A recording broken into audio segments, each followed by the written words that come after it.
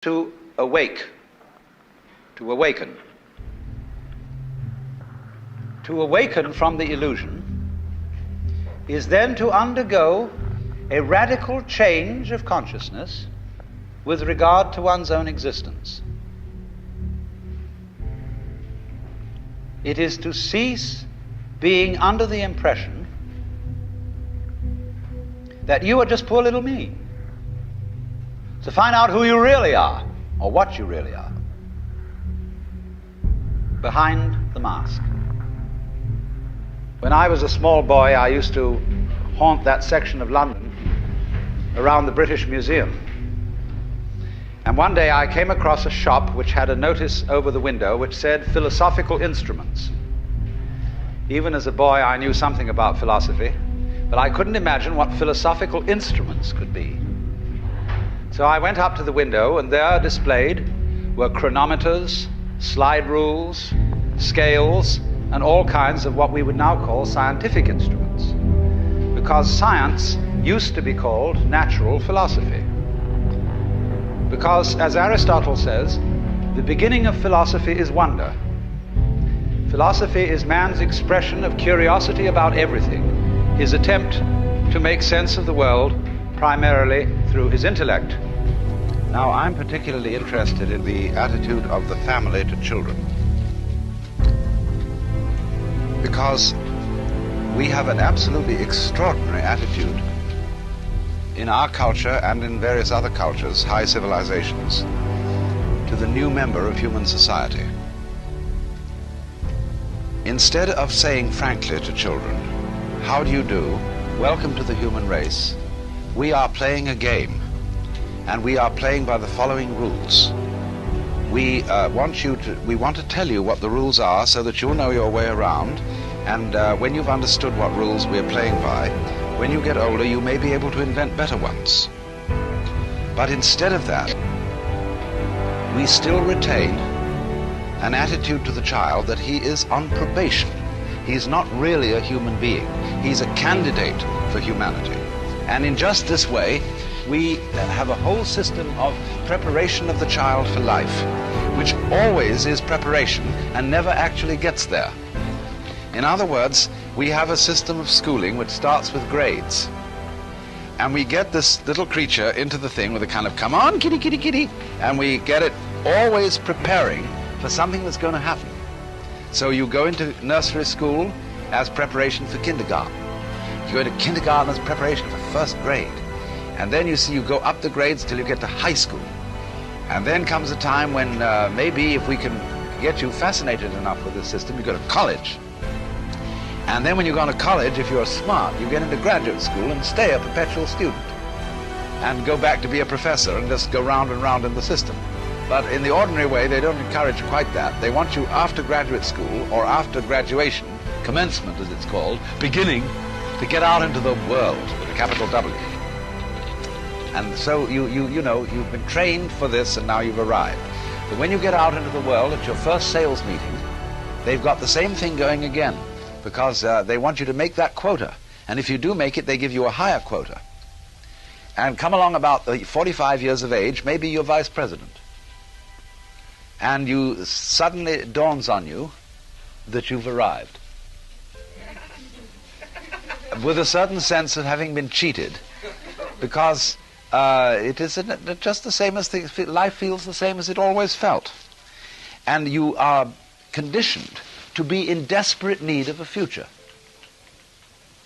So the final goal that this culture prepares for us is called retirement, when you will be a senior citizen and you will have the wealth and the leisure to do what you've always wanted, but you will at the same time have impotence, a rotten prostate, and false teeth, and no energy. So the whole thing from beginning to end is a hoax. And furthermore, some other aspects of the hoax, just for kicks. You are involved, by and large, in a very strange business system which divides your day into work and play. Work is something that everybody does, and you get paid to do it because nobody could care less about doing it. In other words, it is so abominable and boring that you can get paid for doing it. And the object of doing this is to make money. And the object of making money is to go home and enjoy the money that you've made. When you've got it, you see, you can buy pleasure. And this is a complete fallacy.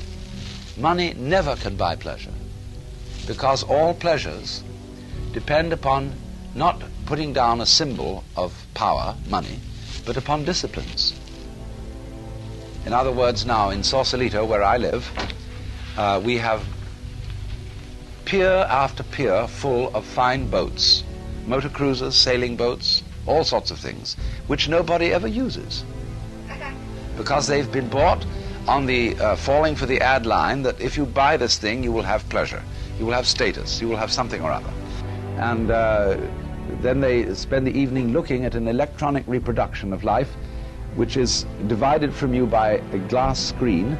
You can't touch it, you can't smell it. Then you look at this thing, and you have a strange feeling, you see, that the whole procession of grades that was leading to something in the future, to that goody, that gorgeous, voluptuous goody that was lying at the end of the line, it never quite turns up. What I am saying is that making plans for the future is of use only to people who are capable of living completely in the present. Because when you make plans for the future and they mature, if you can't live in the present, you are not able to enjoy the future for which you have planned.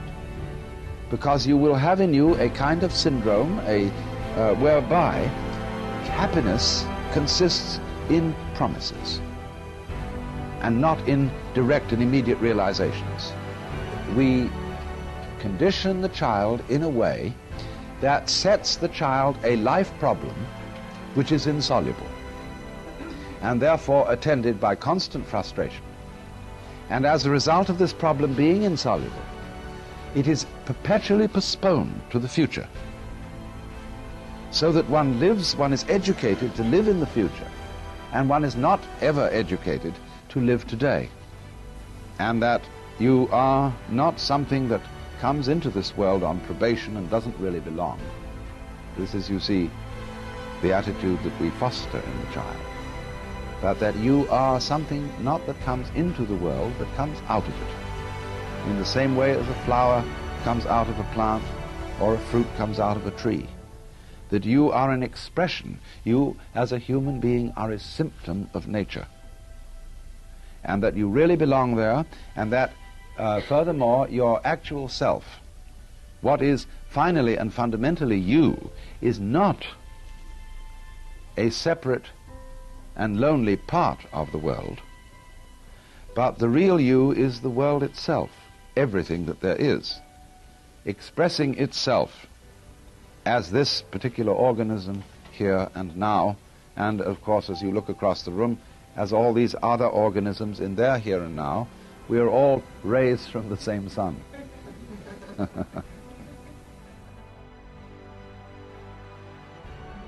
Or let me put it in a simpler way. Supposing that every night you could dream any dream you wanted to dream, what would you do? Well, first of all, I'm quite sure that most of us would dream all the marvelous things we wanted to happen. We would fulfill all our wishes. And we might go on that way for months. Besides, you could make it extraordinarily rich by wishing to dream 75 years in one night, full of glorious happenings. But after you've done that for a few months, you might begin to get a little tired of it.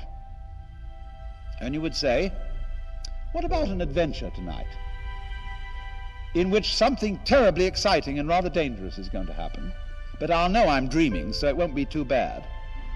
And I'll wake up if it gets too serious. So you do that for a while. You rescue princesses in distress from dragons and all sorts of things. And then when you've done that for some time, you say, now let's go out a bit further. Let's forget it's a dream and have a real thrill. Ooh. But you know you'll wake up. And then you get after you've done that for a while, you get more and more nerve until you sort of dare yourself as to how far out you can get. And you end up dreaming the sort of life you're living now.